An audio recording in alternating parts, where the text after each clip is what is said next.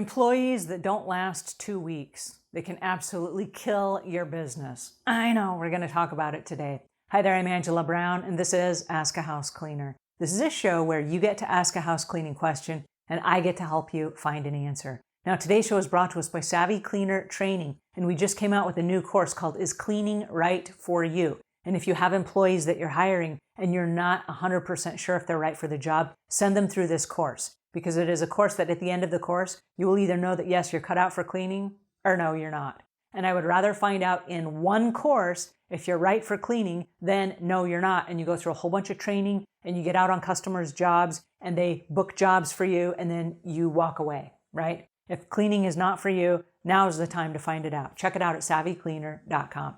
All right, on to today's show. We have a house cleaner that called in and asked this question. Hi, Angela. Thank you very much for your show. We really appreciate it. One of the questions that we have is that we hire a cleaner, oftentimes more than one cleaner. They start to work with us, and then after a week or two that we set them up with jobs, they come back saying that they realize cleaning is not for them. In the meantime, we already started filling up their schedule. We spent all that time screening them, interview, training, etc. What do we do so that we don't have this issue again? Thank you again. All right, that is an excellent question, and it comes down to setting realistic expectations. So the very first thing I want to ask you is, what does your ad look like? When you are recruiting people, what are the words that you're using? Where are you going to find those people? And what is happening inside the job interview? Because we can probably narrow down what happens next down to this initial meet and greet scenario where you attracted somebody into your business. So what is it that you are promising them from up front? Because if they were coming in and they're lasting a week or two, they probably thought it was going to be easier than what you made it out to be. All right, so have you ever heard of the Spartans? I ask this question because my little sister, who's also a house cleaner, is also a Spartan. And what this means is she goes and she does all these triathlon-like things where they're obstacle courses and they have rope climbing and they have rock climbing and they have to run through tires and they have to swim through mud and all kinds of stuff. Her pictures are horrific. She's all covered in mud and sweat and blood and bruises, and she's so proud of it. She's proud of it because she was willing to do things other people were not willing to do. So when you have a job interview, instead of bringing an easy peasy house cleaner that thinks they're going to come in with a little duster and they're going to dust a few things, collect money and go home, you need to paint a picture of this is the hardest job you will ever have physically. Are you up for the task? Are you physically, mentally, and spiritually up for the task? And the reason I say that is because this is going to take every ounce of fortitude that you have to go into a customer's home and to give it your all and come away with no thanks and a little bit of money. That doesn't sound like a very good job, right? It can be. It can be if you are built for the long haul, but you have to know what you're going in for. When you go to run a marathon, when you go to train for an event, it's blood, sweat, and tears. It is every single day working out through wind and heat and storms and rain and hills and stairs and speed work and all this stuff. And then the race itself is 26.2 miles of a race, right? You have to be in it for the long haul because by the time you hit mile 17 or mile 23, there's nothing left. And you have to rein on your internal fortitude that's going to pull you through the rest of the race. And it's the same in house cleaning. When you get to house cleaning, there are a lot of houses that are not neat and tidy and picked up and waiting for you. There's all kinds of slime and grime at these houses, and there's a bunch of stuff that was left lying over or left out that you still have to pick up.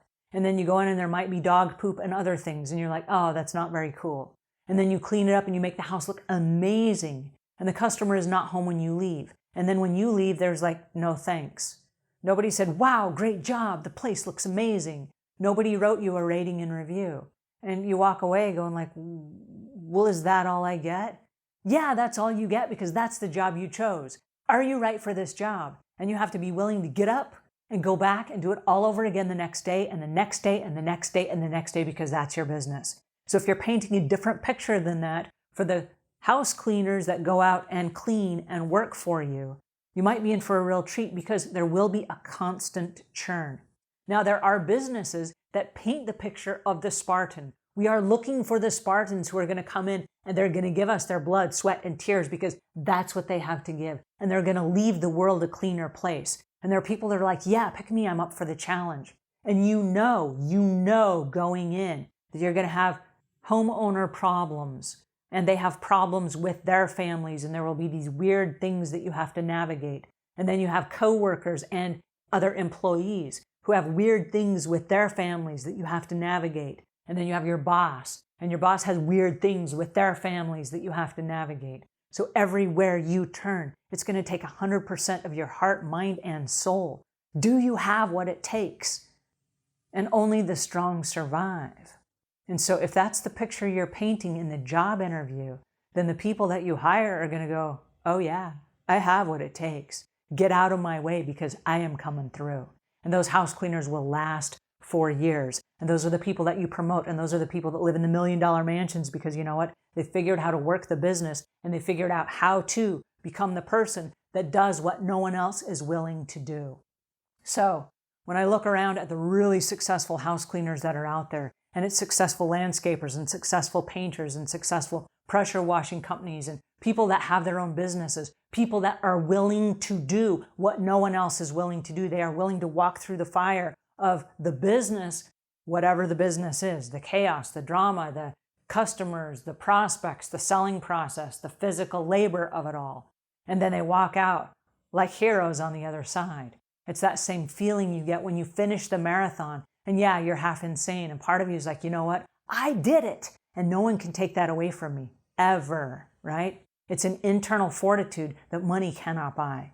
Are those the people that you're hiring? Or are you hiring the people from Easy Peasy Street? Because those people will never last. They never do. They come, poof, the wind blows them away and they're gone. So who are you hiring? And my suggestion is that you change your ads and that you change your interviews and that you change your training process so that in the end, the strong survive. All right, I hope that helps you a little bit. If it does, please pass this on to a friend. If nothing else, it's food for thought. Until we meet again, leave the world a cleaner place than when you found it.